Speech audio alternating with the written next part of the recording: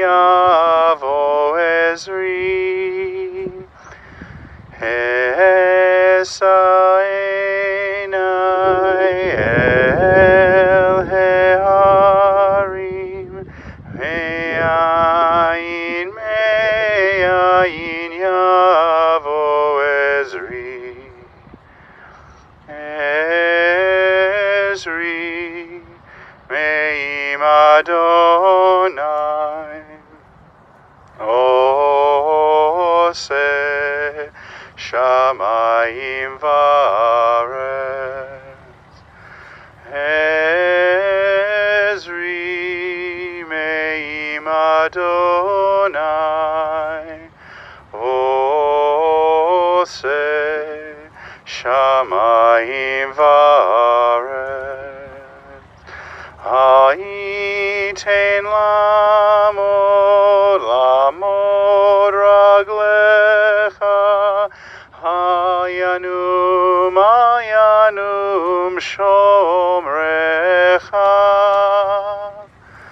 Hine lo yanum velo yishan.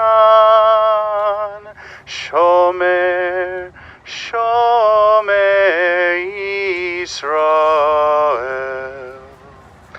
Adonai Shomrecha. Adonai tzilcha al yad yeminecha. Adonai Shomrecha. Adonai tzilcha al yad yeminecha. Yom HaShemesh lo yakeka ve'yareach balayla. Adonai yishmorcha mikora. Yishmor et nafshecha. Adonai yishmor tzedcha uvoecha. Me'ata ve'ad olam. Adonai yishmor tzedcha uvoecha. Me'ata ve'ad olam. Al mekomo yavo v'shalom.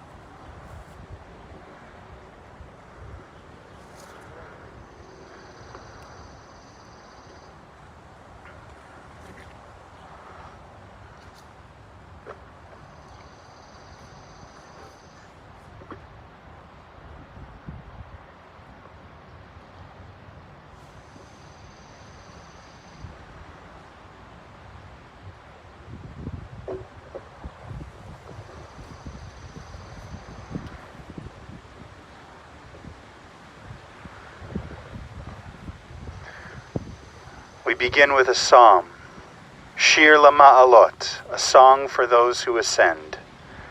Esa einai el heharim me'ayin yavo ezri. I turn my eyes to the mountains, from where will my help come? My help comes from Adonai, God, maker of heaven and earth. God will not let your foot give way, your guardian will not slumber. You see, the guardian of Israel neither slumbers nor sleeps. God is your guardian, your protection at your right hand. By day the sun will not strike you, nor the moon by night. God will guard you from all harm. God will guard your life. God will guard your going and coming, now and forever. May our beloved Bryan Daien go unto God in peace. Hatzur tamim paulo chichod rachav mishpat el emunah ve'einav el tzadik v'yashar hu tzadik atah Adonai lamidu lehachayot asher biyadcha pigadon kol ruchot chalil alichaz ruchonin limchot v'yihiu na'einecha berachamim aleinu fkuchot ki lecha Adon harachamim v'haslichot. Baruch atah Adonai Eloheinu melech ha'olam Daien ha'emet. Praised are you, Adonai, our God, who rules the universe, who is the judge of truth. Adonai natan v'Adonai lakach, Yishem Adonai mevorach, v'hu rachum yechaper avon v'lo yashchid, v'yirba lashiv apo v'lo yirkoch hamato, v'yashov he'afar, al haaretz she'haya ve'aruach tashuv, el ha'elohim asher netana. The dust returns to the earth as it was, but the spirit returns to God who gave it. May our beloved soul be bound up in the bond of life eternal, and may God send comfort to those who mourn and grant strength to those whose burden is sorrow. Thank you for those of you who are able to be here this morning, and thank you to all of you who are tuning in to our broadcast of this service. A special thank you to the mitzvah of the pallbearers this morning. We are here today to honor Bryan Daien, Feibish ben Yisrael Leib v'Kela Malka, the son of Lawrence and Kala Daien, Zichronam Livracha, blessed memory. Bryan passed away Wednesday, the 15th day in the Hebrew month of Sivan. He was 60.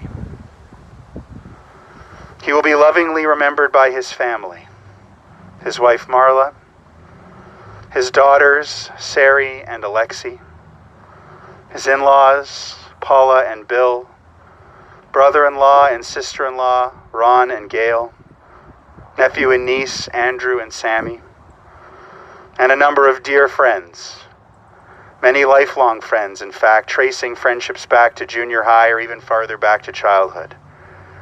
He'll be remembered by countless patients. He is mourned as well by his brother Alan.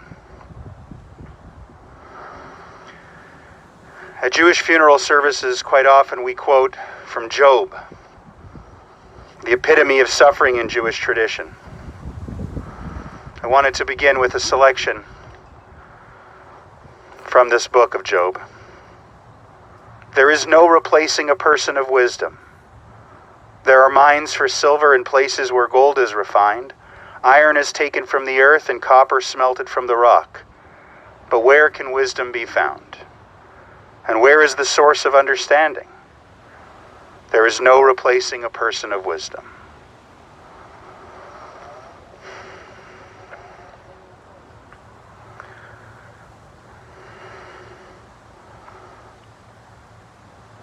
We're here today because of something that has happened that is tragic.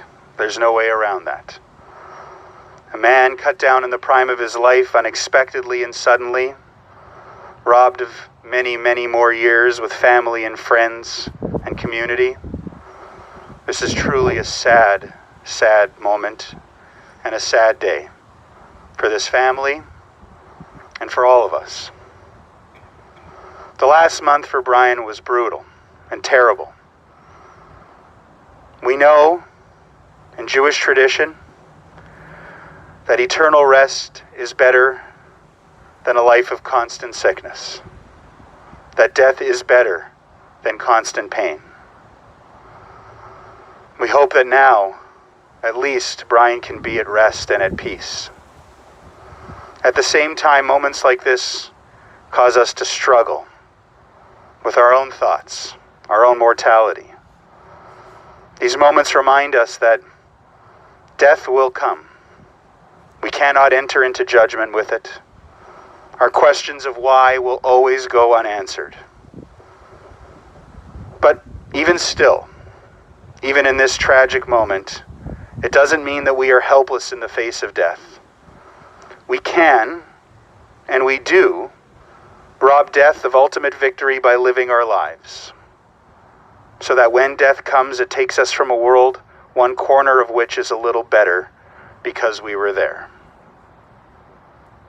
There is no question Bryan Daien made his corner of the world better during his time.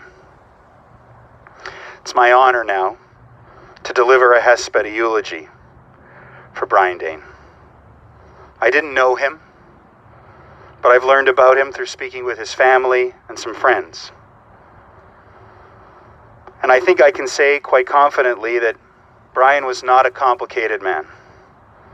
He was easygoing, a gentle soul, more of what we would call an introvert. Happy, relaxed, easygoing. One of the words we kids use these days is he was chill. He was a sweet family man who worked hard as a denturist, who cared deeply about his family, and took great delight in the simple pleasures of life. He was not a man of many words. He was understated. He didn't want to fight or argue. He just wanted to love and be loved, always seeing the good in people. Simple as that. In the summers, he was in his element, spending hours in the backyard manicuring his garden to perfection. In the winters, he loved sitting on the couch, or before the pandemic in the arena, cheering on his beloved Winnipeg Jets, never missing a moment of their games. And all year round, you'd be able to spot him walking through the neighborhood with the dogs, Judy and Daisy. He was devoted to and truly loved his work as a denturist. After studying at NAIT in Edmonton, he returned to Winnipeg and opened his clinic in Beausejour, where he worked long hours but loved every minute of it. Generous, caring, compassionate, patient. That's how his patients saw him. In them, he saw people who were trusting him with improving their quality of life. He saw his work as a mitzvah. To be able to change their lives profoundly for the better, to give the gift of confidence, being able to eat again. Bryan never shied away from difficult cases either.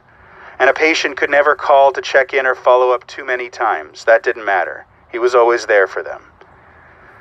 And after long hours at his practice, he never hesitated to drop into the Sharon home, or later the Simpkin Center, on his way home from work or on weekends to devote hours to the residents there.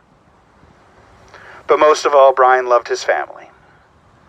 His wife Marla, in whom he found his perfect complement, someone outgoing and even loud, to whom he brought a quiet, solid, stoic balance. They connected in their early 20s at a hockey dance at the Rosh Pina Synagogue and instantly fell in love. This June marks 34 years since their wedding. Their happiest moments often centering around simple things. The regular ritual of Sunday morning dog walks, visits to Vancouver to see Sari after she moved out there, even Costco runs. Just being together. His daughters, Sari and Alexi, celebrating their accomplishments and achievements with unbounded pride. And also Marla's family, who welcomed him with open arms and became his family. People often say you can judge a person by looking at his friends, the company he keeps. As I mentioned earlier, Bryan was lucky to have a number of close friends in his life, throughout his life. Many of them, again, going back to childhood. And it's quite telling the closeness these individuals shared over decades. Yesterday, I reached out to one friend who told me he remembered the moment he met Bryan in junior high, that they hit it off immediately. He says Bryan was an authentic, caring person, a real mensch. He knew that at the beginning, and he stayed that way throughout his life. These friends shared great memories, traveling, going on camping trips, and just hanging out. Bryan was a true friend and a role model on how to treat people. I have a feeling all of Bryan's friends would have similar stories and offer similarly this highest praise. In the book of Proverbs we read, "The human spirit is the light of God. Within each of us, we believe God implants a divine spark. Each of us has the obligation to tend this spark and fan it into a flame that can and will light up one's own life and also the lives of others. A lit candle can be snuffed out, or it can burn out, or it can kindle other candles. When the flame is passed on to others, the flame will continue to burn long after the original candle has been extinguished. As far as I'm concerned, it's no coincidence that Bryan's Hebrew name is Fibish, a Yiddish name, a form of Feivel, which means bright one. Bryan Daien was certainly a light in the life of so many people. His patients, his friends, his family. And the brightness of his spirit will only continue to light the way for those of us who continue on, and especially those who knew him, and will keep his memory alive. Sari couldn't be with us. She's in Vancouver. But she wrote a note, and family wanted me to read it at this time. I'm still coming to terms with this loss and find it hard to believe my dad is gone. My dad was one of my best friends. It pains me to know he spent his final month of life in a hospital unable to receive visitors. Despite this, he always remained in high spirits. I will miss him greatly, and I'm grateful to have had him as my dad for the time that I did.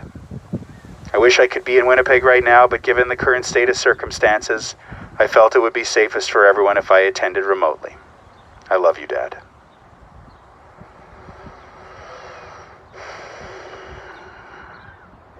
Sometimes there just aren't words to express our pain or how we feel. In the Torah, when Aaron tragically loses two of his sons, we're told Aaron was silent. Sometimes there's no way to express, and we turn instead to words hallowed by time and tradition. And at this time I will turn to the words of the memorial prayer, the El Malei Rachamim.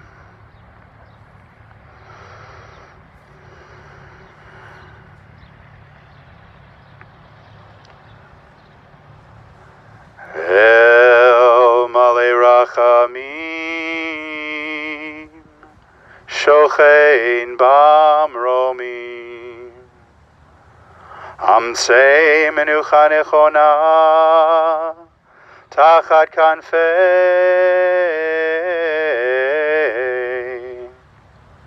Hashchina, B'malot Kedoshim Uteorim, Kezohar Arakia Mazirim, Et Nishmat Fibish Ben Yisrael Leib V'Kela Malka Shalach Leolamo Began Dente Menuchato Hanabal Harachamim Hasti Reu Beseter Kenafecha Leolamim Utzro Bitzro Rachayim Et Nishmato Adonai Hu Nachalato V'yanuach B'shalom Hamishkavo V'nomar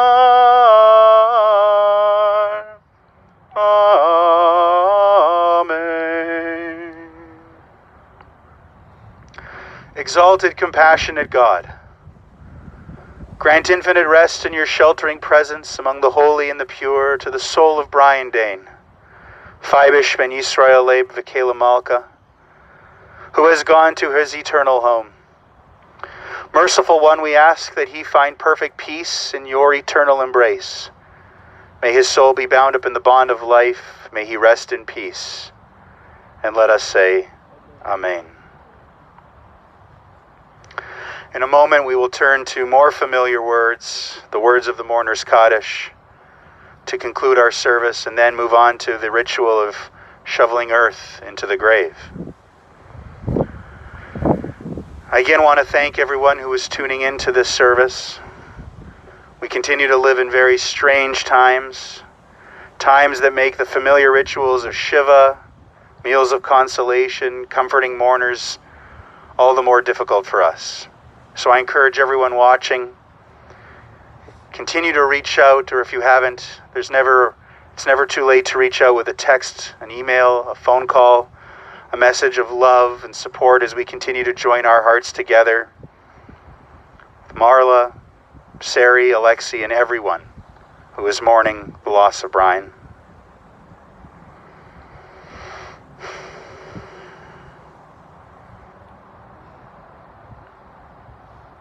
Earlier we had the words of Job.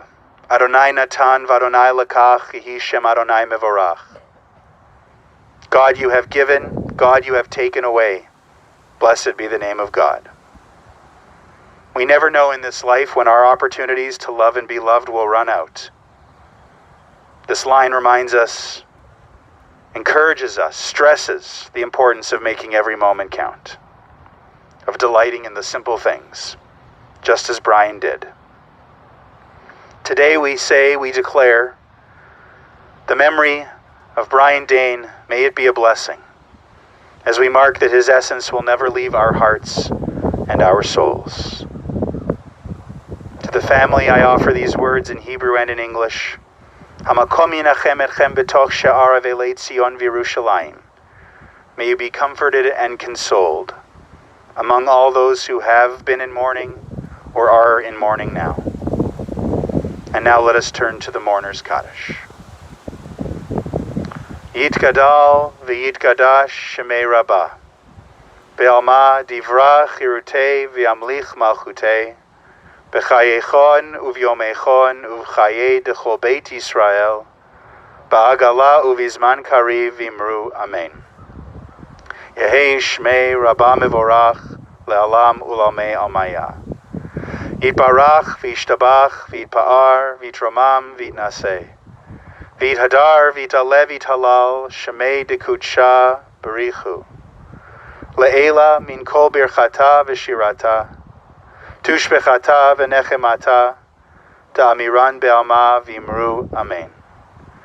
Yehei shlama rabba min shemaya. V'chaim aleinu v'al kol Yisrael v'imru Amen. Oseh shalom bimromav, huya'aseh shalom, aleinu v'al kol Yisrael v'imru Amen. May the one who creates peace and harmony on high bring peace and harmony to us, to all Israel, and to all of humanity, as again we say, Amen. Thank you again to the people who have tuned in. Our broadcast will end in a moment. For those of us who are here, we will continue with the ritual of shoveling. Different people have different customs in different cemeteries around the world, different communities. Most people pour 3 shovelfuls. Some people use the front of the shovel, some people use the back. Some people pass the shovel to the next person, some people return it to the earth.